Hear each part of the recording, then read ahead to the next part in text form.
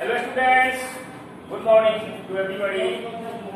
Now I am going to teach you history. History class 8, 8वां class, chapter number 2 and lecture number 3. Lecture 2 पहले कर चुके हैं, आज 3 देने जा रहे हैं. Everybody, class 8, pay attention and open your books. History chapter 2. आज हम बताएंगे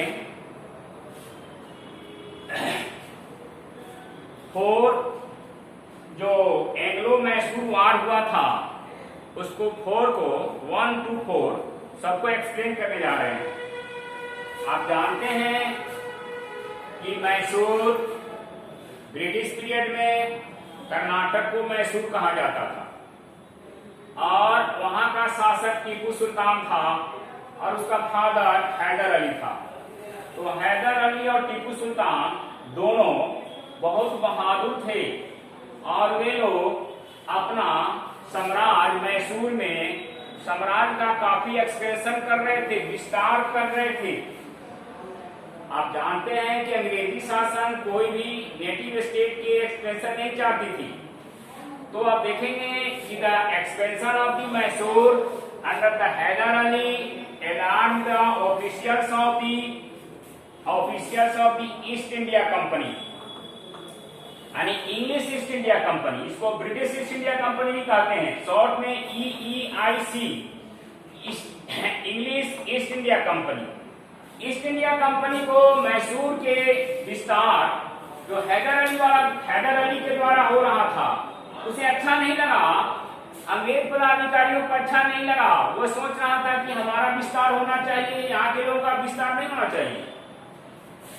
इसलिए it led to the series of wars between the East India English East India Company and the rulers of the Mysore. यही कारण है कि ब्रिटिश ईस्ट इंडिया कंपनी और मैसूर के शासक हैदर अली के बीच में टकराहट हो गई, द्वंद्व हो गई, संघर्ष हो गई. और इस संघर्ष के दौर में 4 वार हुए दोनों ग्रुप के बीच, यानी मैसूर के शासक हैदर अली और उसके पुत्र टीपू सुल्तान और साथ साथ अंग्रेजी सरकार के बीच में, ईस्ट इंडिया कंपनी के बीच में 4 वार हुआ. और 4 वार में देखिए क्या रिजल्ट आता है. First Anglo Mysore war 1767 to 1799 तक लड़ा गया हैदर अली और अंग्रेजों के बीच. हैदर अली जो मैसूर का शासक था और अंग्रेजों के बीच ये लड़ाई लड़ी गई. और अंग्रेजों को हेल्प करने में उस समय हैदराबाद का निजाम था. निजाम ऑफ द हैदराबाद अंग्रेजों के साथ मिल गया था. जानते हैं कि अंग्रेज डिवाइड एंड रूल की पॉलिसी अपनाते थे. किसी भी यहाँ स्थानीय लोकल राजाओं पर अटैक करते थे तो 2-4 स्थानीय अन्य राजाओं को अपने साथ ले लेते थे. तो वहां मैसूर पर हैदर अली से जो युद्ध करना शुरू किया अंग्रेजों ने, तो वहां हैदराबाद के निजाम को अपने हाथ में मिला लिया. निजाम की सेना अंग्रेजी सेना एक साथ हो गई, हैदर अली की सेना एक हो गई. तो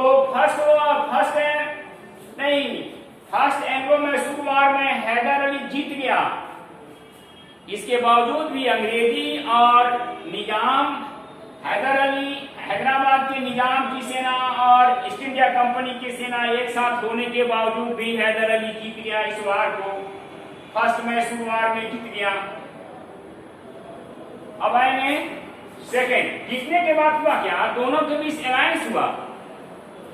अंग्रेजी ईस्ट इंडिया कंपनी ने हैदर अली के साथ अलायंस किया कि अब इसके बाद हम लोग आपस में युद्ध नहीं करेंगे और हम लोग मिलजुल कर काम करेंगे, एक दूसरे पे हेल्प करेंगे. और थर्ड पार्टी हम लोगों पर आक्रमण करेगा तो हम दोनों मिलकर साथ देंगे. लेकिन अंग्रेज अपनी बात से विचल गए. आप देखेंगे कि सेकेंड एंग्लो मैसूर वार में जब मराठा हैदर अली पर अटैक करता है 1771 ईस्वी में मराठे लोग अटैक करते हैं हैदर अली पर, तो अंग्रेज चुप्पी साध लेता है, ईस्ट इंडिया कंपनी चुप्पी साध लेता है, हैदर अली को हेल्प नहीं करता है. उल्टे मराठों करके और हैदर अली को नहीं इस युद्ध में मार दिया जाता है। Pay attention everybody. Second एंग्लो-मैसूर war also had been done in 1771 to 1784. Haider Ali died fighting in the war. लड़ते लड़ते हैदर अली इसमें मारा गया। And his son Tipu Sultan continue the war. लेकिन हैदर अली के मरने के बावजूद भी his son जो टीपू सुल्तान थे हैदर अली के पुत्र अपने युद्ध को दुश्मनों से लड़ाई को जारी रखा, कंटिन्यू रखा। थर्ड देखेंगे, थर्ड मराठा वार नहीं, थर्ड आप देखेंगे कि थर्ड एंग्लो मैसूर वार के बाद थर्ड नहीं, थर्ड जो होता है एंग्लो मैसूर वार,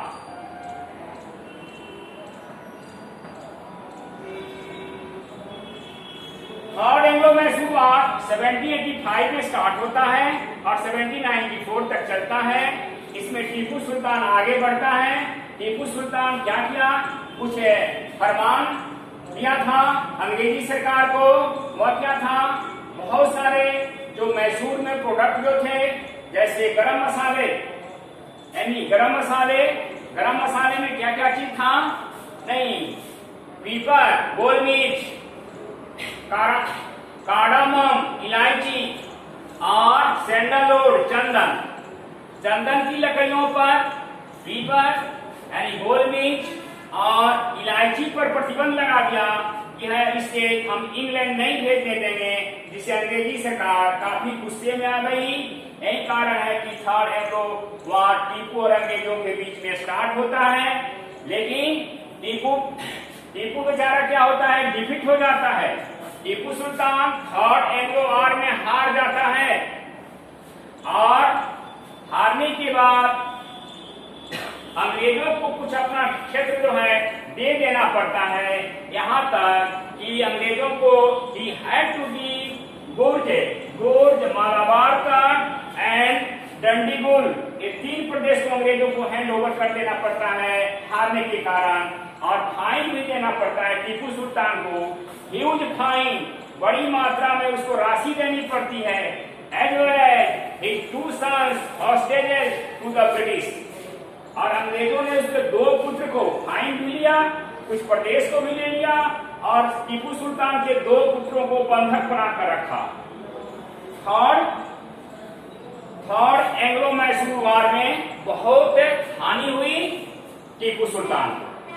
आप देखेंगे फोर्थ एंग्लो वार होता है, इसमें टीपू सुल्तान जान से मारा जाता है, लड़ते लड़ते पिता की तरह, अपने पिता हैदर अली की तरह। फोर्थ एंग्लो वार में टीपू सुल्तान आप देखेंगे कि फाइटिंग करते करते एक ग्रेट ब्रेव के रूप में वह फाइटिंग करते करते मारा जाता है। The fourth Mysore war also done in 1798 to 1799 and इस वार में लॉर्ड वेलेस्ली जो ब्रिटिश ईस्ट इंडिया कंपनी का गवर्नर जनरल था, वह लॉर्ड वेलेस्ली ने 1798 में नहीं सब्सिडी अलायंस को इंट्रोड्यूस किया था। द सब्सिडी अलायंस को इंट्रोड्यूस किया था। सहायक संधि की विशेषता थी कि अंग्रेज लोग सहायक संधि यहाँ के नेटिव कृषि स्टेट से करते थे अपने फायदे के लिए। तो फायदा इसलिए था कि जो नेटिव प्रिंस सहायक संधि अंग्रेजों से करते थे, अंग्रेजी सेना उसके सराजी में रहने लगती थी और अंग्रेजी सेना की सारे खर्च उस राजा को वहन करना पड़ता था। जब राजा उसे अपने खजाने को खाली हो जाता था और इनकार करता था कि आई एम अनेबल टू नहीं कीप द ब्रिटिश आर्मी, तो जबरदस्ती ब्रिटिश आर्मी उसके नहीं राजा को ही गद्दी से हटा देता था और उसे अंग्रेजी राज में मिला ली जाती थी। तो Tipu Sultan refuse to accept नहीं द सब्सिडी अलायंस को करने से वो रिफ्यूज कर गया, टीपू सुल्तान इनकार कर गया।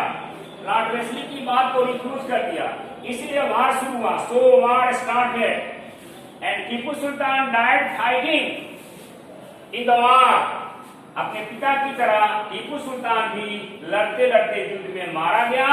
And the East India company, जो ब्रिटिश ईस्ट इंडिया कंपनी थी, annexed a large portion of his conquest and gave to the Nizam of Hyderabad to help him। British East India company ने नहीं मैसूर के बहुत सारे प्रदेश, टीपू सुल्तान के बहुत सारे क्षेत्र को जीत लिया और जीते हुए प्रदेशों में कुछ जो पोर्शन था वह हैदराबाद के निजाम को दे दिया, क्योंकि हैदराबाद का निजाम नहीं टीपू सुल्तान के अगेंस्ट में अंग्रेजों की हेल्प किया था, जिससे अंग्रेज को जीत हुई थी। इसलिए हैदराबाद के निजाम को बहुत सारे पोर्शन जो थे टीपू सुल्तान का, अंग्रेजों ने उसे हैंड ओवर कर दिया, दे दिया नहीं हेल्प के कारण। Rest next day.